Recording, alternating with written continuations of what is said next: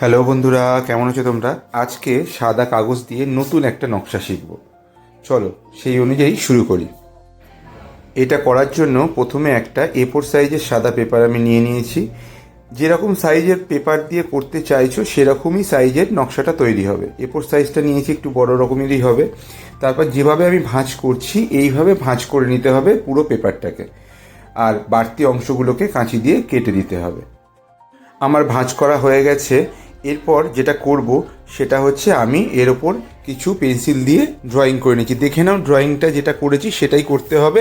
এই ড্রয়িংটা করার পর যে যে অংশগুলোকে আমি ক্রস চিহ্ন দিলাম সেইগুলোকে বাদ দিতে হবে এবং সেগুলোকে কাঁচির সাহায্যে বাদ দেওয়া শুরু করলাম। এটা একটা টিউটোরিয়াল চ্যানেল।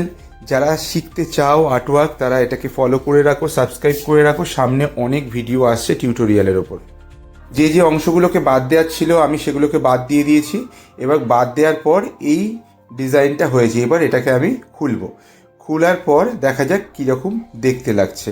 একটু আস্তে ধীরে খুলতে হবে, কারণ ছিঁড়ে যাওয়ার সম্ভাবনা থাকবে।